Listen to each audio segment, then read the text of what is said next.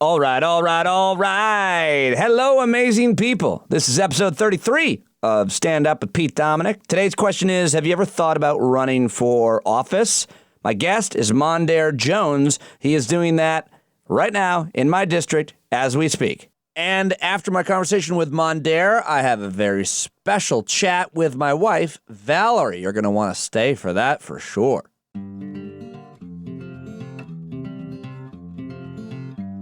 Welcome to the classroom of life that is Stand Up with Pete Dominic, where every show I do my best to fight apathy and ignorance and learn together from my expert guests and interesting people about the issues and ideas that matter to you, your family, your community, your country, your planet, your own personal well-being, by trying to help figure out the roller coaster that is the human condition.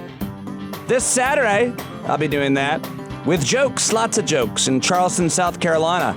Although it looks like it's going to snow on Saturday. Will my plane take off? Oh, there's another thing to be worried about. At the Wolf Street Playhouse headlining the Charleston Comedy Festival, Charleston, South Carolina. Link to the tickets and the show notes for this episode, or just Google it. Just Google me, Pete Dominic, South Carolina. Bring me to your town. Hire me. I'll come out there, moderate a conversation, do stand-up. It'll be fun. Email me. Also, if you haven't given this podcast a rating and review, then please do that now. And thank you to all the new Patreon supporters. This podcast is almost paying my mortgage, which is amazing. Seriously, I can't thank you enough for your paid subscription on Patreon, patreon.com/Pete Dominic. And by all means, share it with your friends. Send them a link. That would be huge. And if you haven't listened to the opening of the last episode, please do, because I shared a very heartfelt message about my wife and how supportive she has been to me. I'd really like for all of you to hear that. I finally opened up publicly about how much I've been struggling, and the response has been simply overwhelming. You've heard me now talk about it here with Wajahat Ali, then again more with Lisa Lampanelli and Henry Winkler, but I also shared more on social media. Friday night, I went over to the Twitter at Pete Dominic, and I tweeted, good news. The neurologist says he does not think I have Parkinson's or MS. The shaking and trembling, that's just good old anxiety. Phew. Now on to the psychiatrist, going to the psychiatrist on Monday, and he's probably going to try to give me drugs, which I really don't want to get. A friend of mine told me cognitive behavioral therapy is really good. Anybody ever done that?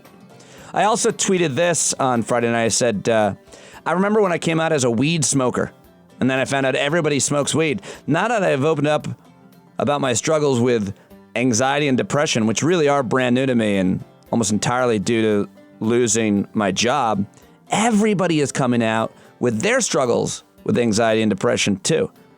We all have our time in, as I call it, the suck. The more open we can be, the better. So I've been sharing it more openly, and the response has been awesome. People are so cool. There's a real stigma to mental health. And people think you're weak, that you're broken. People think, you get worried that it's going to affect your job or your future job prospects because you got problems. Truth is, everybody has problems. Some people are more open about it. Some people don't really understand what is happening. I'm doing my best to share my struggle while I am in the struggle. And it's been amazingly helpful to hear from all of you. So please, thank you. Keep it coming.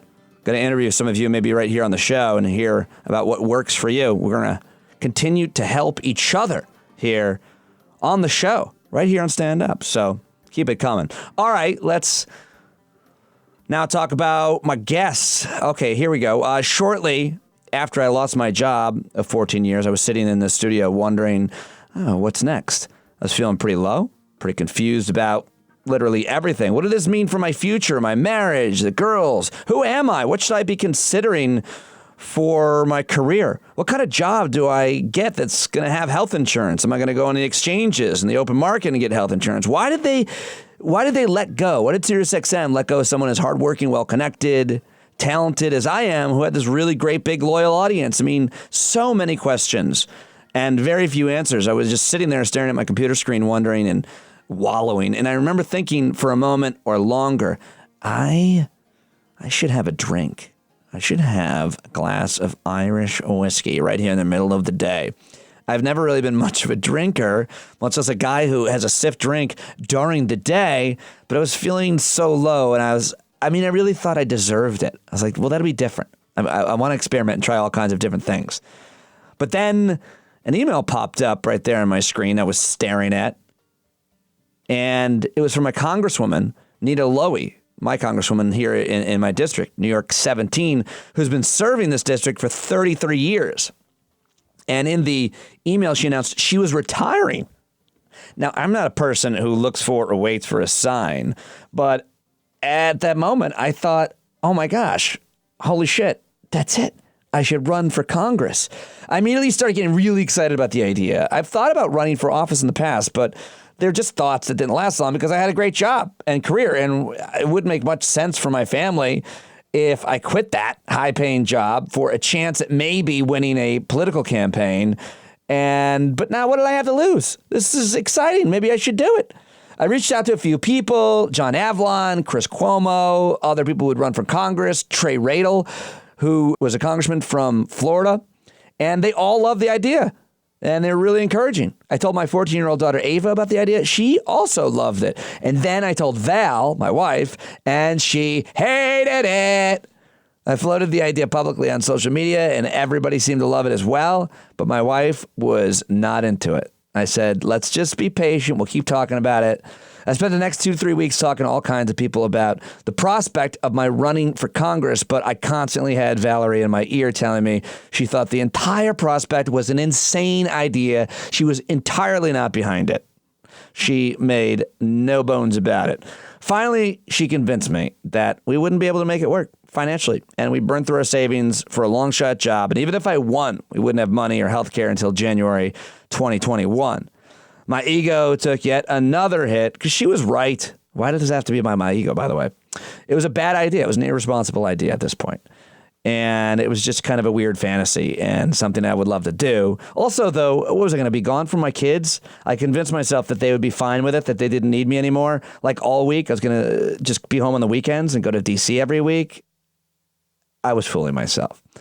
And then it also made me wonder, how could anyone afford to run for Congress? How could you spend a year campaigning or applying for a job and not making any money and not working, not drawing an income? You'd have to be either independently wealthy or young and single, and you have to raise anywhere from $500,000 to $2 million just to put a campaign for the House of Representatives together. It wasn't meant to be. It wasn't my time. Maybe I should think about the school board first, huh? One of the other reasons I didn't think I should run in the end was because I read about this guy, Mondair Jones, who had already announced he was running last summer. He already raised like $230,000 before our congresswoman even announced she was retiring. And the Democratic establishment didn't much like this guy challenging her before she even decided whether or not she was going to run again. Mondair is a black, gay, Harvard and Stanford educated lawyer who worked in the Obama administration's Department of Justice. And on paper, this dude was impressive. And he's also way smarter than me, way more qualified. He grew up poor in this district, and I decided I'd rather support him than myself. And now there are like 9 people running in the Democratic primary. I decided it might be really interesting to reach out to the ones I liked to talk about why they wanted to do this and what they thought the very serious issues that we're dealing with in this country were and how they wanted to help solve them. So I invited Mondair Jones over to my house to sit down for a chat, and he took me up on it. And he came over to my house, and we had a conversation, and it was really interesting. And at one point in the conversation, a bird slammed into my window, and he wasn't thrown by it, and it was really funny. Really cool guy. I really like him a lot. On Wednesday, I'll play my conversation with another candidate who I also really like, who's running against Mondair for the nomination. Her name is Evelyn Farkas. She's also great and very qualified. She also worked in the Obama administration at the Department of Defense as his deputy secretary of defense. I think she was. In this interview with Mondair, I say that I think she's Jewish. She's not Jewish. She's Catholic. So sorry for getting that wrong. But here's my conversation with Mondair Jones.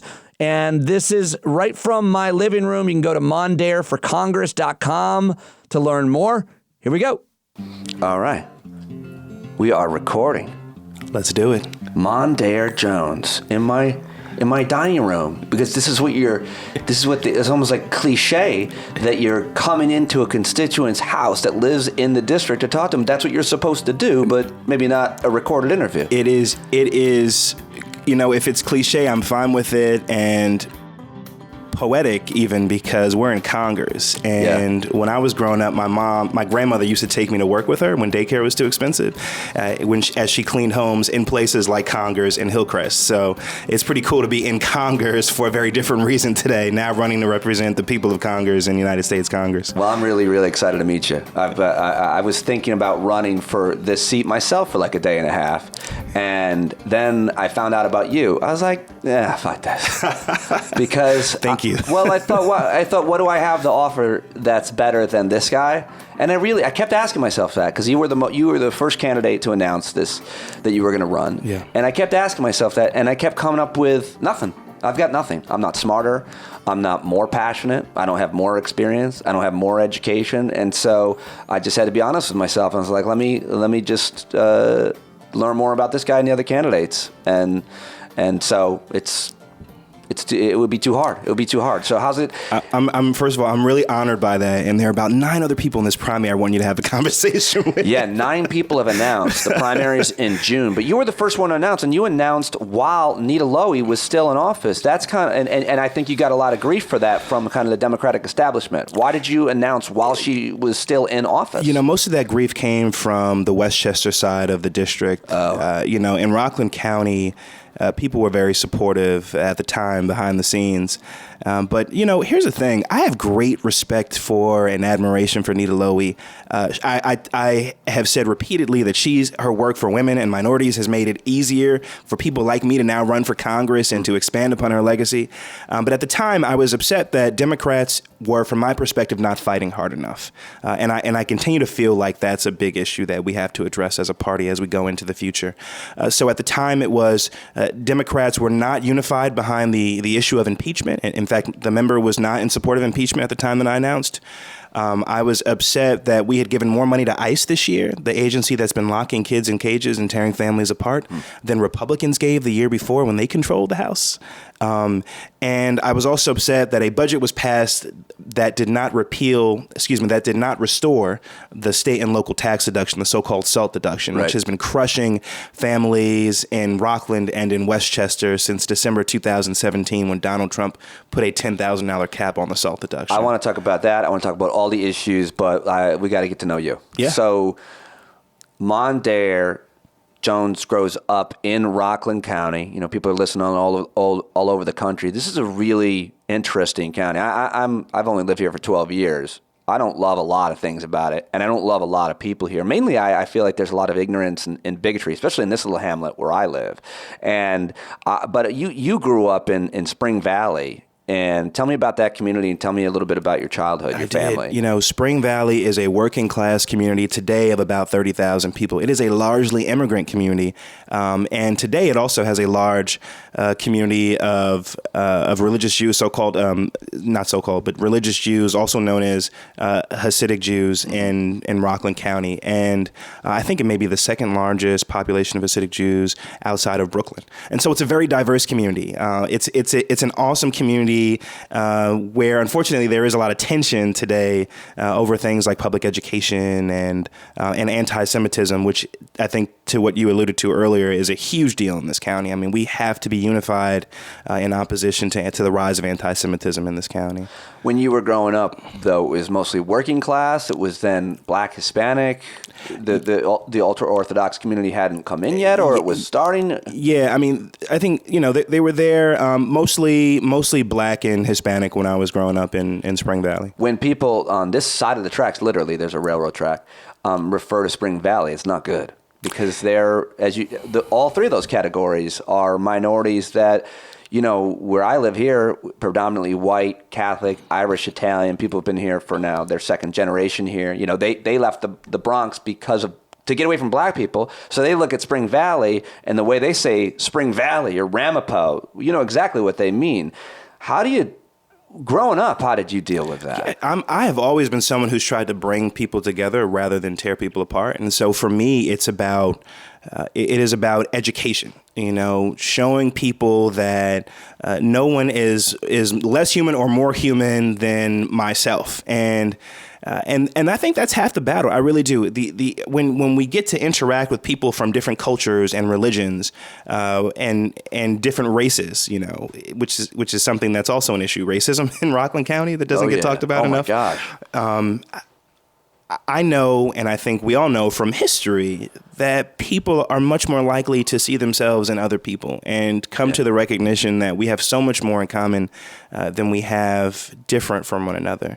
And I think when that happens, when we can find leaders who actually facilitate that rather than exploit our differences for political gain in the way that many people on the Republican side in this county, unfortunately, have been doing, then I think that's when you'll start to see better understanding, a decrease in the kind of bigotry that you alluded to earlier and that we saw most recently, unfortunately, in these shameful attacks against members of the Hasidic community in the village of Muncie. Yeah.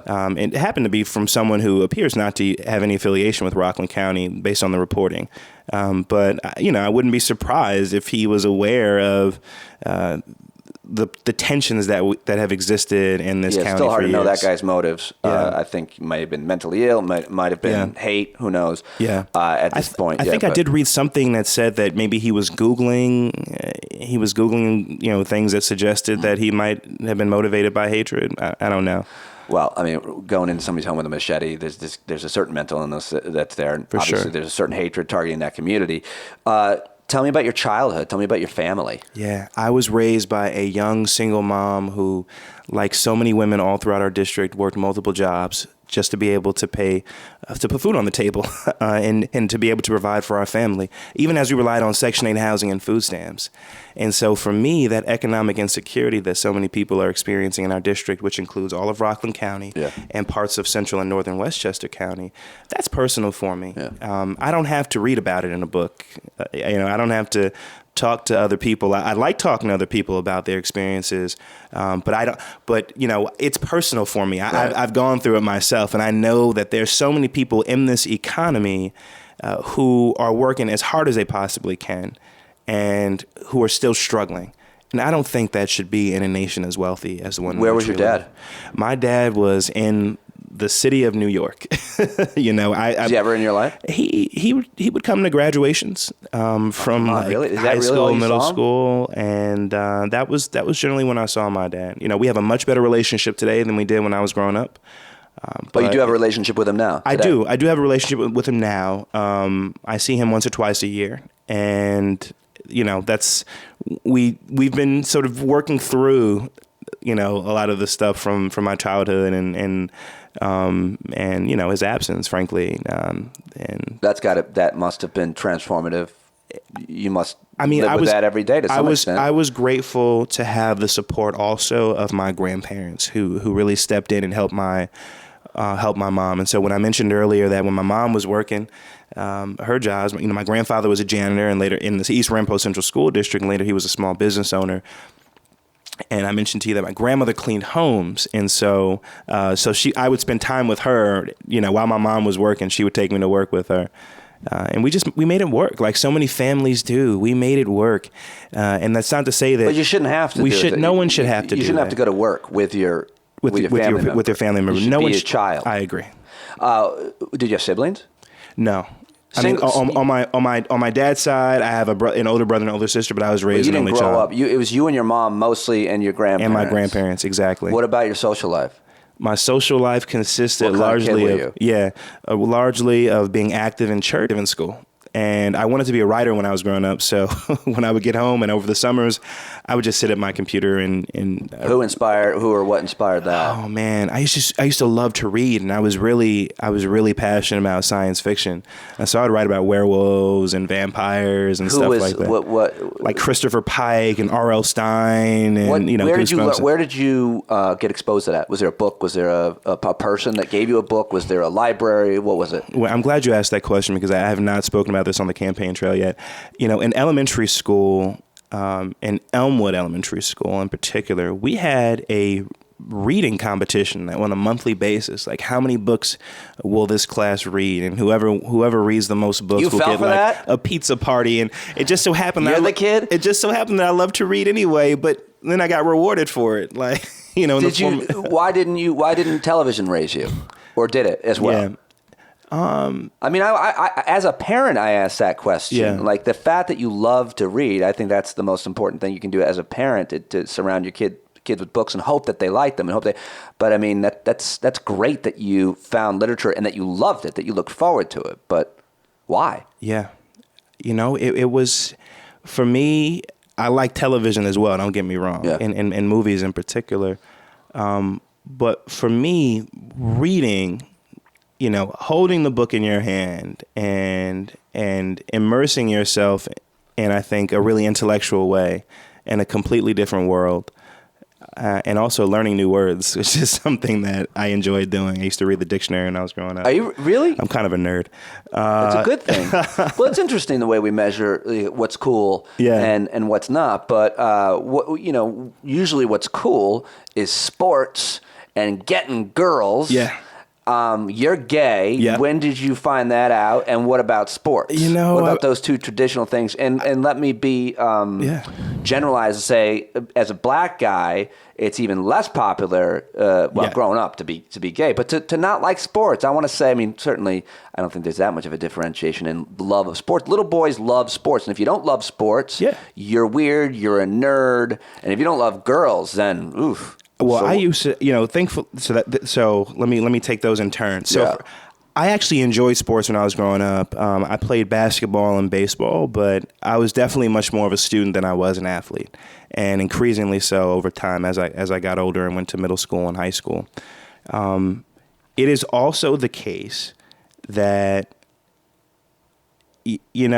I think probably since I was 4 years old, I probably had a suspicion that I might be gay, but struggling with that was the result of going to church and being very religious and thinking that this was not something that God really was accepting of. Yeah, it's a complete mind fuck. Your whole childhood, it must have been, you're getting mixed messages. Your body and your mind is telling you one thing, and society's telling you something completely different. Yeah. And thankfully, things have really changed in society. Not everywhere, don't get me wrong, but certainly, I think in the aggregate, people are far more accepting of people who, love who they love. Not that it should ever be a concern for anyone else other than the people who are in love with each other. But one of the questions that doesn't get asked enough and doesn't get answered enough, I don't know if there is a good answer, but has it changed enough in the black community? I mean, people keep talking about this, that's why Pete Buttigieg gets 0.0 in the black community. You don't think that's why? No, I think Pete Buttigieg doesn't get support in the black community because he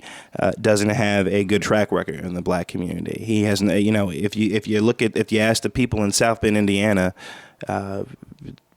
the black folks in South Bend, Indiana aren't his biggest fans. Right. And he also struggles because he doesn't have black validators, right? Leaders in the black community who are getting behind him. And Joe Biden has the ultimate black validator. Right. And Barack Obama, just the 8 years. And I think also, look, I mean, if this economy isn't working for white folks, it's even more precarious for black people, right? And so this idea that we need to make sure we elect the person who has the best chance of defeating Donald Trump, that is particularly motivating for black people, I think, who just want to get rid of this white supremacist president. And I don't begrudge black people for being very fond of, or at least supportive of, Joe Biden. I think he does. I think he has there's an excitement. Well, his record on crime and race is not great, though.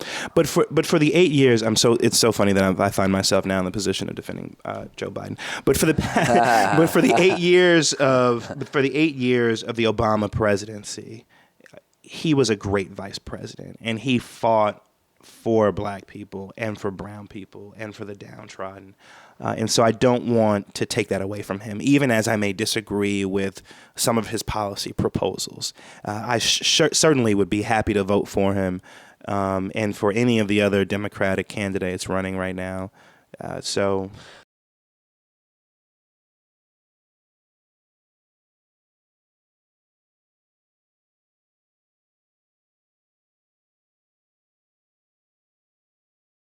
But going back to your childhood and your sexuality, how important is that story in your story now? I feel like sexual orientation defines us a great deal. I mean, I knew I liked girls when I was 4. I was sitting on this girl Julie's lap, and I loved it, and it felt good, and I felt a tingle. I was like 4 or 5 years old. Wow, that's early. Yeah, for sure. But I mean, I think it wasn't sexual. It was a type of arousal. I was like, I like this. I like touching her, whatever it was. I mean, when did you start to understand that?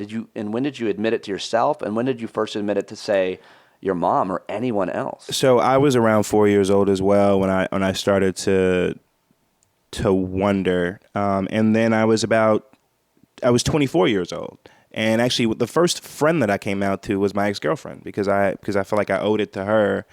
You dated girls? I did. I mean, because I liked girls, frankly, for a period of time, and so it was when I was 24 years old, and I was like, you know what, you got to be honest with yourself, and that was not that long ago. You're only like 32, right? I'm 32. Keep forgetting 32. That, not because you don't look it, but because you're running for Congress. I keep forgetting that you're that young. So that you've only been out for about 8 years. That's right. How'd your family deal with it? How'd your mom? They were fine. Fine. Did they know? You know, what's interesting is my dad is like very progressive, and so I knew that. You know, that would be, despite the fact that we didn't have the greatest relationship, I knew that he would be fine with it. My mom was also accepting and loving of it. I mean, people were, you know, my grandmother, I think, struggled with it for a little bit. But now she's like, she totally gets it. And, you know, it's when it's different when it's not an abstract and it's someone in your family who you love and you know. Yeah. Going back and you raise them the way that you would think would not result in what you think would result in being gay in the abstract, and now you have direct evidence of the fact that people are who they are, and they don't choose to be that way, but they are born and you know. We're trying to raise our girls gay. I don't think it's not working. My 12-year-old has a boyfriend. I'm kidding about that, but it's you can't do that. Yeah. You can't dress your kid a certain way. You can't treat him a certain way because it's not a choice. Julian Bond, the civil rights legend, on whose board I had the opportunity to serve as, you know, when I was 19 years old, I was on the National Board of Directors for the NAACP, and I chaired a committee called the Youth Work Committee. He said, I don't think people wake up one day and say they want to be discriminated against. And I was doesn't like, make any sense. Thank you, Chairman Bond. I appreciate that. Well, let's get to that. I mean, who are you in high school that you end up at 19 on that board? You mentioned you're a nerd. So when does the nerddom take off? When do you start getting involved? Freshman year of high school at Spring Valley High School. I saw how difficult it was to pass a school budget on an annual basis. And I said, I've got to do something about this. And so I organized my fellow students and worked with adults in the community to register people to vote and to get out the vote. And to make How'd that go? Yeah. Well, I mean, while I was there, it went well. Then school budgets really started failing after I graduated in 2005, and we've continued to have tensions and real problems, frankly, in the district. Not to sugarcoat it by any stretch of the imagination. I mean, look, the East Ramapo Central School District is the subject of a This American Life episode, right, on NPR. Yeah. It is frequently the subject of articles in national media like the New York Times. It is possibly the most salient political issue in all of Rockland County, and so it's not something that we can run from. It's something that, you know, they're public school students who comprise now 25% of the school district, who need more resources, and the state really needs to make sure that it's adequately funding that school district.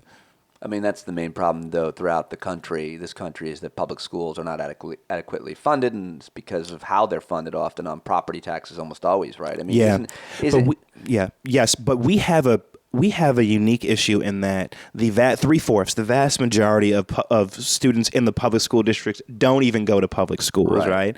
And the formula that is used to allocate funding to the school districts throughout New York State does not account really for that. That's a really tricky subject to try to navigate. It's somewhat specific here to that school district, that area. And we were talking earlier about the religious community there, and we can come back to that if we have time. But I wanted to get to a lot of these other issues. But getting back to, you know, high school, I mean, at what point do you leave Rockland County?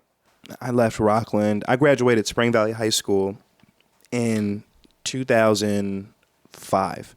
and then went to Stanford University. How'd you get into Stanford? Yeah, well, being a really good student, doing well on the SAT and other good exams. SAT scores, yeah, good standardized exam scores, which should not be relied upon as much as they are. But I happen How come you did so well? You know, did you take a course? I had been studying for the SAT since like middle school. You've been reading your whole life. I had been reading my whole life. Like I said, I was a nerd. I really wanted to go to college. I felt like there was so much more I could be learning, and that there were people I could be meeting who I could learn from. Why Stanford? Why move all the way across the country? I chose, at the time I wanted to be a writer. And so I chose a school based on the strength of the English program and the creative writing program. And also, I fell in love with the campus when I visited. I mean, I was going to stay on the East Coast and go to, one of the schools on the East Coast that you can imagine I'd be going to. But instead, I fell in love with the campus when I went out to California for the first time in my senior year of high school. I'd never been to California. It's paradise. I don't know if you've had a chance to visit Stanford. You will, I'm sure, when you take your kids to, but my kids are going to Marines. We don't have any money for college. Hey, my campaign manager, Charlie, was in the Marines. Did you know that? Yeah, I was talking to him about it. Yeah, it's interesting. So anyway, I fell in love with the campus. It's just this gorgeous campus. I just described it as paradise to someone yesterday, an alum who texted me saying that he also was on campus recently, and it never gets old.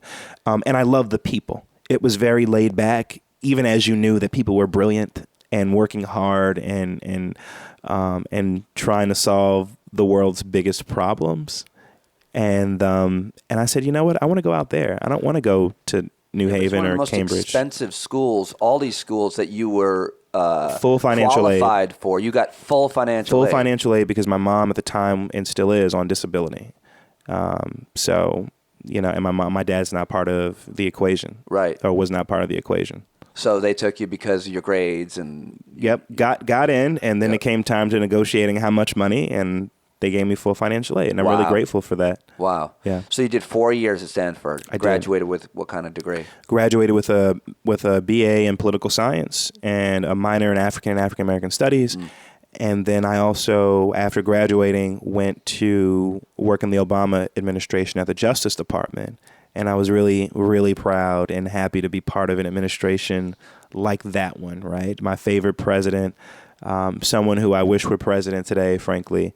And no one's perfect, right? But we were doing really good work. I was vetting candidates for federal judgeships, which does not appear to be happening today, where Trump's nominees won't even say that they support Brown v. Board of Education.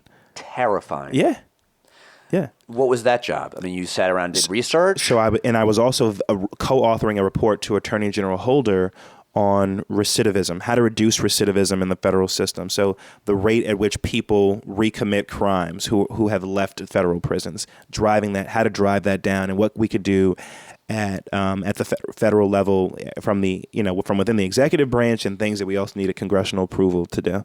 So you went right from Stanford to D.C. and worked in a government job at the Department of Justice. That's right, as a non-lawyer. As a non-lawyer. And then how long did you do that? And then I went to Harvard Law School. So you were there at DOJ for how long? Yeah, from 2009 through 2010. Okay, so just a year. Yeah. And then you decided, what made you decide to go to law school? Well, at the time I started that job at DOJ, I knew that I wanted to go to law school because I wanted to practice civil rights law, and I wanted to be a policymaker. And I didn't know that meant, that I would be running for Congress at the age of 32 years old or for any other elected office. But I certainly wanted to be in a position to advise, to craft policy that would result in the kind of structural changes that at least some of the presidential candidates are talking about in this country. It's hard to talk about, much less campaign on things like criminal justice reform, because the vast majority of people don't have problems with the law. Yeah. It's not actually indifferent, in my opinion, than healthcare. Often, the vast majority of people are healthy and don't even have to access their insurance. The vast majority of people have broken the law. The vast majority of people do not have trouble with the law because they're not in a system of being poor or black or trans or what have you. Well said, and so they don't have to deal with Give me an example the of what might be consequences. the difference between me and you My growing goodness. up in this county. Growing up in this, well, let's divorce it from the county. Right, just growing up in the United States of America, we know that white kids smoke weed at the same rate, if not higher than that of black kids, and yet you do not see that borne out in the data, right? And within the criminal justice system, black and brown kids are over policed, over arrested, over prosecuted, and over sentenced for the same crimes that are committed by their white counterparts. And thank God for white people who are saying, yeah, this is really messed up, who are members of organizations like the ones I'm part of, including the Rockland Coalition and the New Jim Crow, a criminal justice reform organization. That was the thing. I want to get involved. Yeah, it's pretty dope. We just had a rally actually outside the Rockland County Legislature when they were considering. There were some people who had proposed a resolution calling on Albany to impose a moratorium on the criminal justice reforms that were passed this year. Do you know that people are deliberately spreading misinformation about this? Yeah, I've just heard about this. I reached out to a local activist friend of mine, progressive activist friend of mine, and said, what should I talk to Mondair about? And she said, I should just find her text, but she said, you should talk to him about the lies that are being spread about the criminal justice reform. So tell everybody, because I think these are reforms that have to take place all over the country. But what are the reforms first? Right. So these are reforms that should be taking place all over the country, but they're focused on New York because the New York State Legislature passed historic criminal justice reforms this year that advocates have been pressing for decades. By way of example, under a system of cash bail, if you cannot afford to pay in cash for bail, you have to stay incarcerated. And so you automatically are creating a system where the wealthy are able to be scot-free, so to speak, until they're guilty. Until they're anybody with resources. Anybody with resources. Thank you for that. A friend. Thank you for that. It's even closer than that. A lawyer, someone you can call. I mean, the Caleb Browder case is what this is representative of. I think it was the catalyst for a lot of these reforms. That's right. But there's so many stories like Caleb Browder, and it's unfortunate that the most egregious, one of the more egregious ones, which was his case, had to be sort of the cause celebrate because this has been going on for a long time. And so the history of this country. Yes. Constitutionally, I'm a lawyer, so I care about the Constitution. The sole basis for bail is to ensure or incentivize that people make future court appearances. It is not to allow you to incarcerate somebody before they get a trial where a jury of their peers or a judge, if there is no jury, decides their guilt or innocence. So what happens is, the Jeffrey Epsteins of the world are able to post bail immediately, no matter what they're accused of, and poor people, who tend oftentimes to be black and brown, by the way, and so the discrimination is compounded, are kept in jail and in prison, oftentimes for things like petty larceny. And so you have to miss work. Oh, wow. All of a sudden you're unemployed. How is that helpful for our economy and for a family? Even if you're a conservative-minded person, it makes no sense to pay taxes to lock someone up for the minorest of crimes. Yeah. Unless the only thing you believe is that punishment changes behavior, which I think that's preposterous. Yeah. So more and more conservatives are coming to, I think, to understand the statistics and how much of their taxpayer money is going just to locking people up. Yes. And saying, I don't want that. I don't want that. I'd rather have this guy working a minimum wage job than sitting rotting in prison and I'm paying for his food and his health care and his housing. Did I get it right? Yeah, that's absolutely right. I mean, I just. So what's the lies? And so the misinformation. Thank you. And so I don't know what this is about. So for example, so the law that was passed this year said that the New York State law, not a Rockland County law. The New York State law, which applies to Rockland and Westchester and everywhere else in New York State, says that bail reform for the bail reform piece of that package of criminal justice reforms that was passed says that in the cases of most nonviolent felonies and misdemeanors, you cannot be held on the basis of not posting cash bail. Because the theory is that, and I think rightfully so, if the crime that you committed is a non-violent crime, you clearly are not posing a danger to society such that you need to be incarcerated before we can set a trial date for you. I mean, it's drug use. It's petty larceny. It's petty larceny. It's not what happened. Home invasion. It's not the hate crime, the violent hate crime that happened in Muncie. And yet you got people, elected officials, including some Democrats in Rockland County, go right? figure, who are somehow bringing bail reform into a conversation about the tragic, violent, despicable hate crime that happened in Muncie. What they're saying is that Democrats, Mondair Jones, wants to let these people who have committed violent crimes out while they're awaiting trial. That is not what the law says. Is that what they're saying, though? They're not putting my name in it. I think, and look, a number of people. Of course they will. I mean, look, David Carlucci voted for it this year. David Buckwell voted for it. I've been standing. We've got to be aligned on this. You're all on the same page. We've got to be aligned on this. Don't get me wrong. I'm the only candidate in this race talking about criminal justice reform. But I do like to give credit where credit is due. Yep. And at least this year, now that he's no longer a member of the IDC, David Carlucci did the right thing for the first time in his political career in voting for the criminal justice reforms. You go as far to say the only time. I mean, he's one of your opponents. There's now 9 people running for Nita Lowey's seat in the Democratic primary. Probably right? 10 or 11 people in the Democratic primary. And how many? And they say, when I looked at a run for this, they said, everybody told me the Democrat is going to win. Whoever the nominee is, they'll win. They always win. Nita Lowey, it's a D+5 district, which means for people that don't pay attention to politics, you're more likely to win the Democratic nominee. This is overwhelmingly. It's more than D+5. I mean, this is a safely blue Democratic district. And so is there short of some major scandal, right? And I can only speak for myself. There won't be one when I'm the nominee. You are going to win this seat. And by the way, I'm a pragmatic progressive, right? So what does that mean? So for me, it means even as I talk about the big structural changes that I believe to be urgently necessary in this country, things like student debt forgiveness, which I'm the only candidate talking about. Things you don't even have any. Things like things like I still have student debt. Yeah, I think I have like $40,000 left in student debt. Wow. Things like making sure that everybody in this country has health care in a nation as wealthy as our own, right? So that it doesn't depend on whether you have employment or not. There are 30 million people in this country who do not have health insurance. I just became one of them. Yeah. I mean, when my severance runs out, it's nerve. I got 2 kids. I got a wife. It's insane. Yeah. Because it's all you think about. You can't be productive in other ways in your job if you have to think about how you're going to meet that nut every month. Yeah. It's crazy. Yeah. Even as I talk about those things, I'm going to be someone who is going to be willing and able to work with my Republican colleagues to get something rather than get nothing at all, right?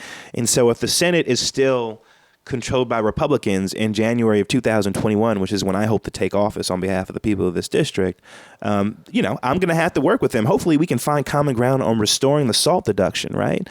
So that people get money that was taken directly out of their pockets by Donald Trump as a consequence of not voting for him, in places like New York. And, look, I hope that shame on any Republican colleagues from New York and New Jersey and California and Connecticut who won't be willing to work with me on restoring the SALT deduction for families in districts like this.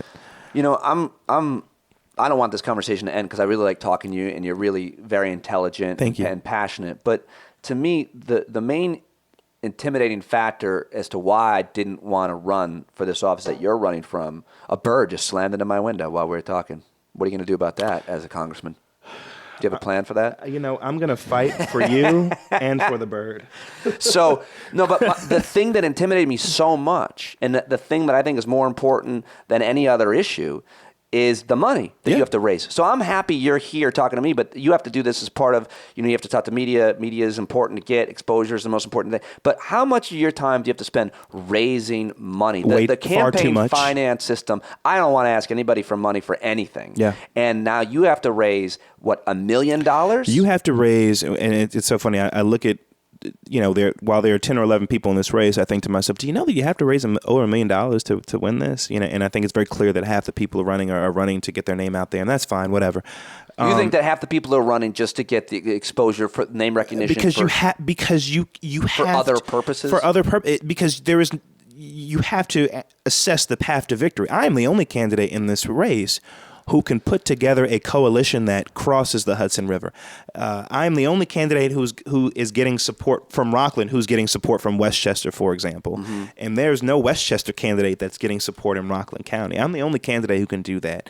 But you need more than that. You need to find the resources to get your to message out to every Democratic voter in the district. And so I hate fundraising. I'm good at it, but I hate it. We need a system of public financing decades ago. We needed it decades ago.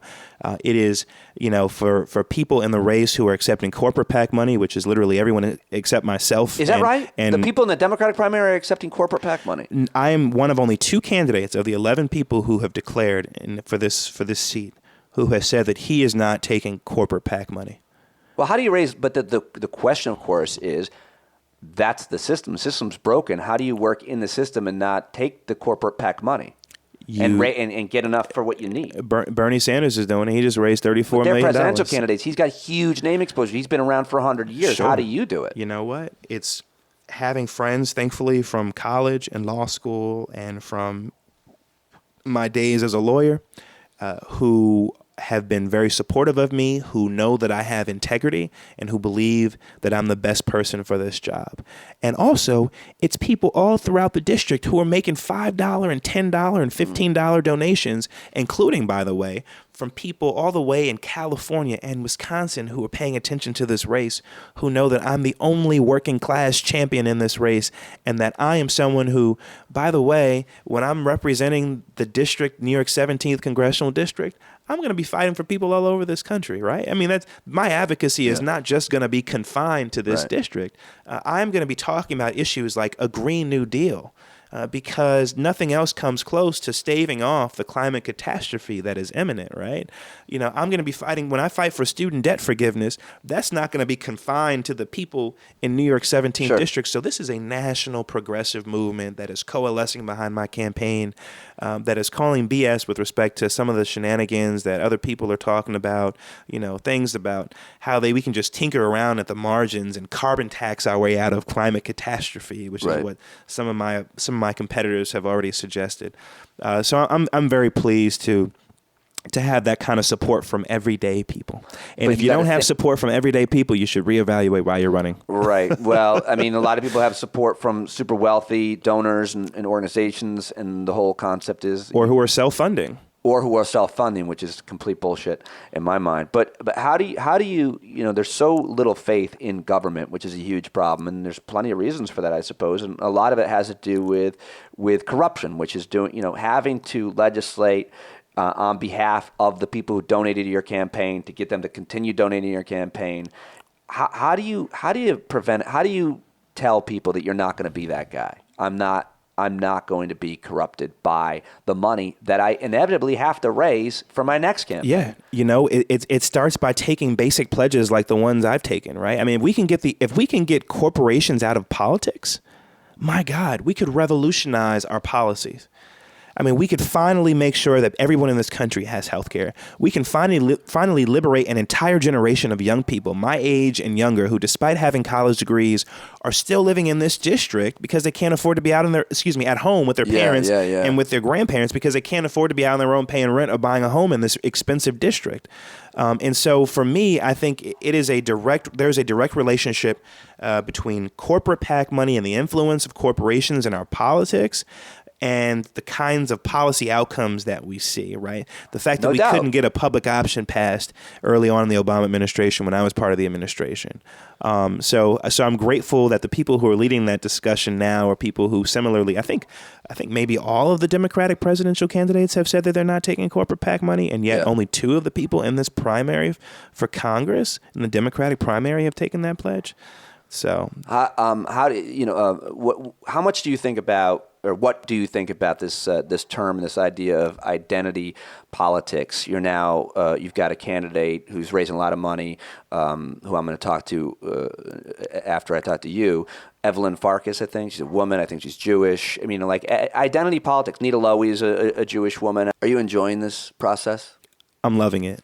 Are? When I speak to people like you and to people on the ground about their hopes and aspirations and their struggles and their challenges and what they want to see me fight for when I get to Congress, that energizes me. When I'm in Irvington, New York, across the Hudson River, because we're in Congress in Rockland today, and I get over 100 people in an affluent neighborhood like Irvington, to hear my progressive message and to be in support of me, that is energizing. And that is the movement that is going to propel me to victory on June 23rd. I can't self-fund. I can't buy this election. No one ever told me when I was growing up that I would be a member of the United States Congress. That is not why I'm running. I'm running because for me, policy is personal. And people are getting that. It's resonating with people. And that's going to be so much more powerful than anything that anyone else is trying to inject into this race for Congress. I think I'm going to end there because I really like that. Thank you. Thanks for talking to me. Thanks for having me here. Yeah, it's an absolutely. honor. Welcome to my home. Looking forward to talking to you more. Thanks, Mondair. I love this neighborhood. Okay, MondairForCongress.com. That's Mondair Jones, really cool guy. I hope you enjoyed our conversation. It was really cool that he came over to my house and sat down at my dining room table, and we got to talk. And on Wednesday, I will air Evelyn Farkas. I went over to her office, and we had a really interesting conversation. As well, she's running against Mondair along with like 10 other people, and I'll air that on Wednesday. And now joining me in the studio is my wife, Valerie, who I asked to come down because I've been talking a lot about you, and I wanted to talk with you about some things, and I thought this might be really cool. But also, I just thought it would be fun to relive my 2-week run for Congress. Remember when I told everybody and everybody thought it was awesome, except for you?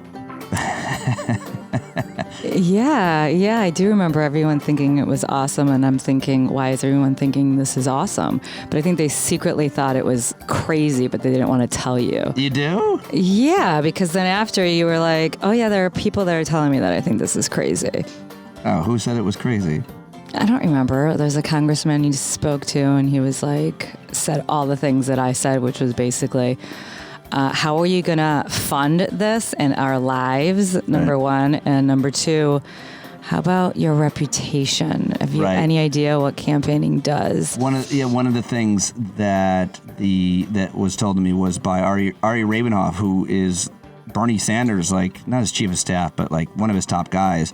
And he was cool. He and I worked together at SiriusXM, and I called him up and asked for advice, and he said that you could destroy all of your future earning potential because someone's going to just, come for you, and you'll never get another speaking gig, a stand-up gig, and you won't get any sponsors for your podcast and that was something that really kind of squashed it for me. Right, but it was a really kind of crazy time because you had just left Sirius they left me. They left you, and you were full of ideas and ambition, and it was a blank slate, and I didn't know. But you were we were really fighting about that. You were so mad at me for even thinking about it. Well, initially I didn't really take it too seriously until I saw you perform and you announced it on stage. Do you remember that? I was like, oh my God. Oh yeah, here in the district. Yeah. Yes. I said, he's really not joking. Yeah, and then I when you got off stage, I was like, you're joking. Please tell me this is not real. No. And you can't make that decision without me. And so that... Well, because you said you were thinking about it, and then all of a sudden you're like, I'm running for congressman. First of all, it's a terrible impression of me. Second of all, it was an exploratory committee I had launched, a committee of one, and a lot of my friends that knew stuff about things. And anyway, that ended, and thank you for talking sense into me. I was so confused about everything, and that was just one of many ideas that... you made it really clear. Like how you also said one of the arguments you made was, dude, you're not gonna have any income between now in January 2021. We're not going to have, even if you won, we wouldn't have healthcare till January 2021. And I remember when you said that, it really sank in. And I was like, yeah, she's right. As usual, you're right. Yeah, just the timing was not right. Shortly after that was when it really started to hit home that I was losing my mind. And well, I think when the reality set in that you really aren't going in to your SiriusXM office anymore, and there aren't people knocking on your door, like pushing their way in, which was always the case. Every day people were pushing their way in. No, I know what you're saying, but yeah, and then I was talking with other people about kind of my fear and my panic, but not so much you, because I didn't want you to know about my, that I was worried about work and my future. I didn't want you to know because I didn't want you to worry about it. I wanted to be stoic and confident and convey everything's going to be all right. I'm going to land on my feet. And then finally, after talking to Peter Coyote, you came down here and I just poured my guts out to you. And then that's when kind of everything changed, because as soon as I told you, you had all of this amazing wisdom and advice right away without even, a stutter or a pause. You were just saying so many amazing things that resonated, and you were so supportive and so thoughtful. And that's what I've been sharing with people here on the show. And I don't know why I even really want to talk about this with you now, because you can't recreate it, but you have just been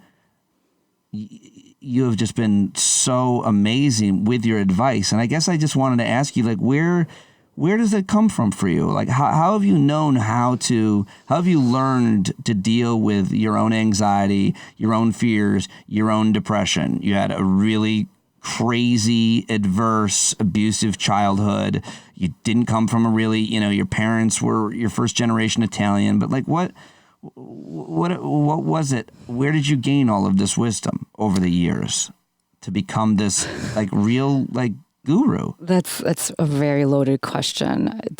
It's a long process of seeking and exploring and diving deeper and deeper and just trying to learn as much as possible. Why did you have to? Why did you need to? What was can you touch on your struggle at all? Or is that too deep for you to do on the podcast? No, I mean, just very, I don't really have to go into too much detail, but when you have to take care of yourself your whole life, and I didn't have the support system, and I didn't really grow up with that attachment, theory that you built trust with your parents. And, so I developed all these coping strategies, and I think a lot of people do to survive. And they served me for a very long time until they didn't. And when did they? What do you mean? They stopped helping you? Well, because the coping strategies, are all about protecting the self, and oftentimes that comes across as, to other people. Well, and in relationships, like aggression, anger. Always. Like when you quit at the movie theater. Trying to look stoic or trying to portray an image, being defensive, protecting yourself. Right. There's all these, just to survive. And that stopped working. That stopped working because it pushes people away. And then there's all these fears that, we have and that we don't really talk about, and anxieties. And, when we are brought up thinking that we're not lovable or worthy, or, it ends up catching up to as an adult. So I think what really broke me was motherhood. What really forced me to look in and do some serious deep diving and introspection. It's interesting that you say that, because I feel like I look at it, motherhood made you. Like motherhood helped you. Well, it did make me, but it broke me. It broke me first. How? Because for the first time, my life had value and had meaning. Oh, wow. And I never saw myself that way. I never really cared about living or dying. I never valued my life. I was very reckless and irresponsible. Such a big risk taker, and just didn't care. I mean, my teenagers were just complete chaos because I didn't, What kind of chaos? I didn't really value my life. Well, I told Ava nothing surprises me, and one day I'll let her know, the things I did as a teenager, but I'm not giving her any ideas right now. So, but yeah, just like, things that I didn't think about, driving completely wasted. All the time, going into like sneaking on my window and going into cars of like guys that I just met, and just doing things that I Didn't you hang out with like gang members? hang out. Yes, I was very close to Detroit, and we'd like pick up gang bangers, and do like I was in like drive-by shootings, and I just thought you were in one. Yeah, we were, but it was a car got shot at, and I didn't know that. I feel like I told you that one time. You were in a car that got shot at? My car got shot at, yeah, because we had a gangbanger guy in our car. My friends was dating some, So it's just very reckless. And so when I became a mother, then I realized that and it was also the first time I really loved someone very, completely and unconditionally. And I was terrified of losing that and something happening. So yeah, it just cracked me wide open. And I was living in this just constant fear and anxiety. It was like crippling. And I also was living, I just moved from the city. I left my job, and I was very isolated, very alone with these very scary, scary thoughts that just like consumed me. So almost like paralyzing. And when Ava was like 2.5, and you were... when Julia was born, Julia was like around 1 or 2. Yeah. And I had been a full-time mom for about a year. And, it was just, I decided I had to do something, and I had to stop the thoughts that were there was just too much. It was too much. It was nice to live in this like world before where nothing mattered and I didn't care, and I didn't really have any close relationships. I pushed everybody away, and I didn't realize what it was like to feel so deeply, and that scared me. So that's when what did you do? That's when I started deep into my yoga practice, and I decided, when you want to master something, you should teach it. And so I decided to go on a teacher training program, and in my yoga class, I met Deb, my therapist, and we started therapy. And then I started taking all these, everything just happened. It's like when you ask the universe for something and you really have an intention, a focus, things just kind of line up, and usually doors just open. So I said I had to do something, and I didn't really know exactly what, but yoga was something that I was doing at the time, and I thought, here, let me just deep dive in this. So you had yoga, but you also had this new network of, I think, mostly women in that yoga teacher training and new friends in this community. But was there then like... Well, I started meditating. So I started meditating before I even started my yoga practice.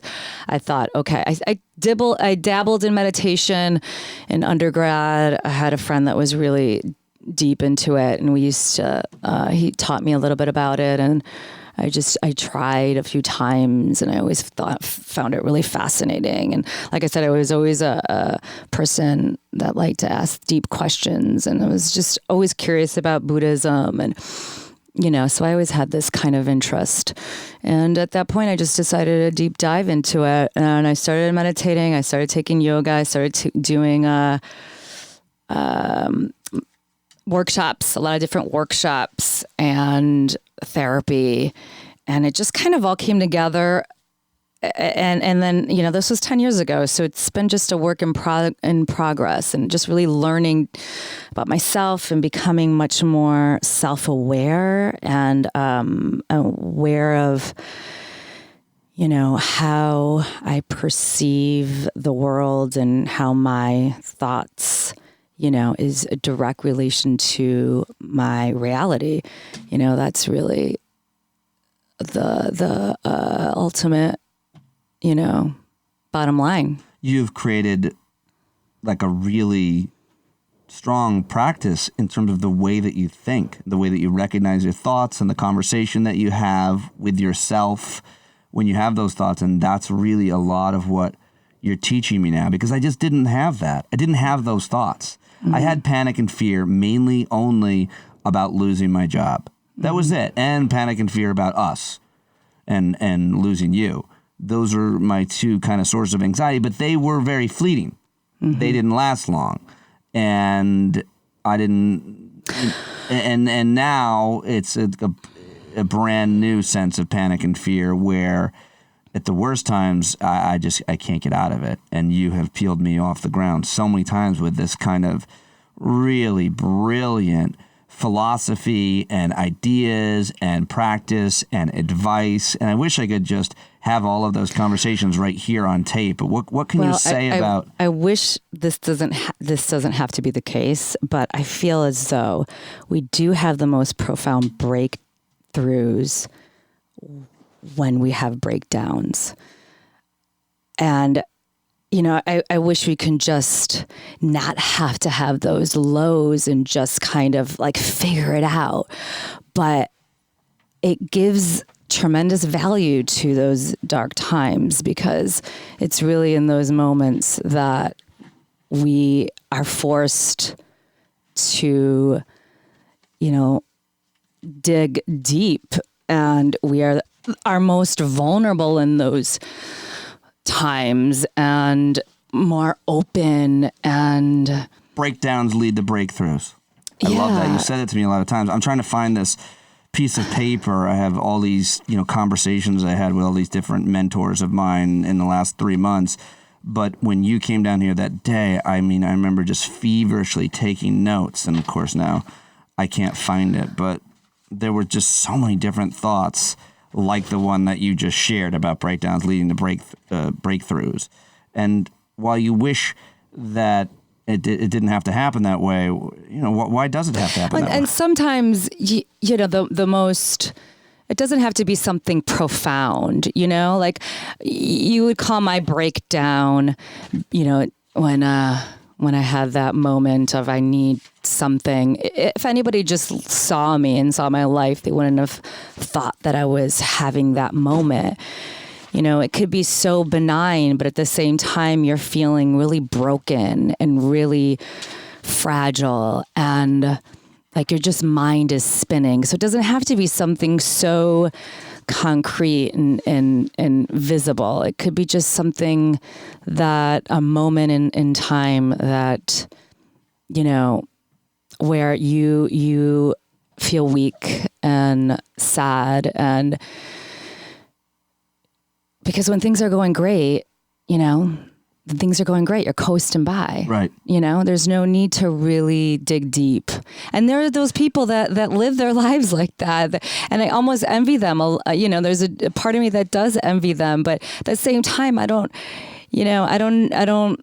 guess they don't need to go into too much depth about themselves. I don't know how much self-awareness you have when you're just kind of living life kind of obliviously. Well, I think the goal for me is just to be very self-aware of who I am and how others perceive me too. I think that's a a part of self-awareness, is your awareness of yourself and the awareness of how others perceive you. I wonder, because I didn't have to overcome a lot of like mental adversity in my life, came from a loving family, and, you know, I've had a successful career over the past 20 years.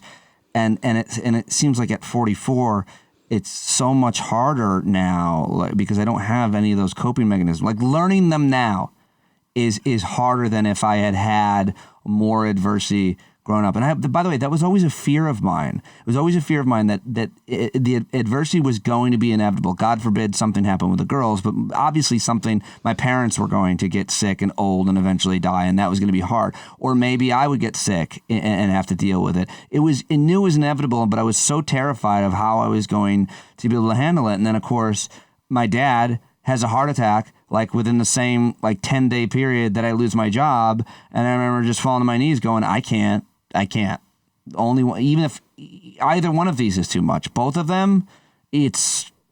Well, like I told you, just because you have adversity in your life doesn't mean that you are capable of handling it and that you learn coping skills that are But if you're going to learn them, it would... So you could go through a whole entire lifetime of having tragedy over tragedy and not being able to be resilient and bounce back from them and learn from them. You know, every struggle, there's an opportunity to learn, but that doesn't mean that you are going to, right? So it doesn't matter when you have the struggle. Matters if you're going to how you address it, and how you learn from it and what you take from it.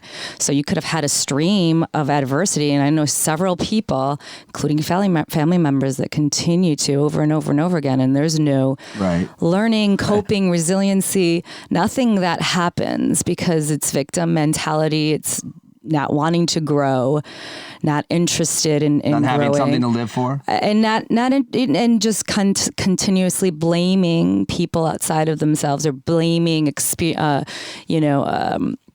circumstances outside of themselves. So it doesn't necessarily mean because you haven't had them that you aren't going to ever gain those skills. It's when you're ready. It's all about timing. When you're ready to learn it, when you're really committed, when you're motivation. When you're motivated, and some people just never are, or don't have that, opportunity. Don't even know that it's possible. So I feel like we should have just done this as its own episode, and we could just keep talking, and there's no reason why we can't. But let me just ask you, because I know you want to go to bed, about, like, you have all these books, and you've taken all these workshops, and you've, you've done so many things to learn about how to deal and how to cope with all of this. And now you are so wise about it. It doesn't mean that you are always perfect, that you don't have all kinds of, please, it's a continuous process. It's literally minute by minute. You're never done. Right. It's ongoing. So I guess I just want to ask you, like, when I look at these books, sometimes I read them after you, and I see them all highlighted and underlined. Like, is there anything, any book, any teacher, any practice that jumps out that you revisit often, or that you think about often, that you practice often? Because I feel like you've combined so much of it. I don't know that you can, you have been really eloquent and articulate at quoting many things, but I just thought here at the end of this conversation, maybe you could leave people with something, some wise idea, thought, practice, author, person, thing that you've learned. Is that hard to do on the spot? Well, I have... There's so many things that you can choose from. It's such a long history, but John Kabat-Zinn has been John Kabat-Zinn, Kabat. Yeah, he's been a big mentor, because I started with the mindfulness practice through him and his retreat, and I kind of started, launched from that. And Pema Chodron, she's a Buddhist nun that I've read a bunch of her books, and she's, very inspirational. There's just so many. books and teachers and, obviously 10% Happier is I always recommend that book. And my wife is in love with Dan Harris. Yeah, I love him and his podcast. He's the best interviewer. You should listen to Dan Harris do his interviews. But his book is especially good for people just starting. Yeah. And because he's just so humble and he's such a skeptic, and he just makes it really fun and interesting. It makes you want to learn more, and he's got a great podcast that with really insightful people, and he also has a meditation app, and you could start. Okay, we'll talk more. TrueYouYoga.net. I should have plugged it on the last podcast. That's your website. Mm-hmm. TrueYou, TrueYou, yoga.net. It's TrueYouHealthAndFitness.com. Actually, it is? Mm-hmm. TrueYouHealthAndFitness.com. Ah, shit. It's also to InnerLightOfMind.com for the kids and their yoga and mindfulness. So, but for all my health and yoga stuff is in personal training. It's True Health and Fitness. I have a feeling that a lot of people are going to be Googling your name after this not only because of your wisdom and wanting to learn more, but your voice is so sexy that they're all going to want to see what you look like. Oh, jeez. Stop it. Well, I'm just saying. Thank you. You're welcome. I love you. Okay. Thanks for talking to me on the record. You're very welcome. Thanks for talking to me on the record, on the podcast. Yeah, we're on the record officially. Do you have a quote that you want to leave everybody with? You said you don't love my be the change that you want to see. You don't love the standard you walk past. By the way, they're not mine. Forgive me. Those aren't mine. I love be the change you want to see. That's the one I like. I don't like the standard you walk past is the standard you accept, because I feel like that could be very confrontational.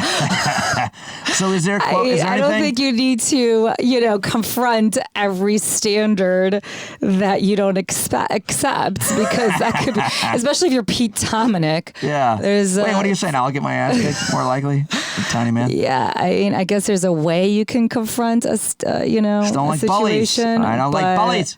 But I don't know. I like a million quotes. My quote for my business is, the body achieves what the mind believes. The body achieves what the mind believes. Mm-hmm. What does that mean? Unpack that. That you can do anything that you set your mind to, basically. For your body. Yeah, for your body. Health. But then it extends on everything else. Yeah. All right. I like that. Is that yours? No. Oh. I don't know whose that is. It's anonymous. I love you. Thank you. Okay. All right. Bye. Bye. Body achieves what the mind believes. Yeah. All right.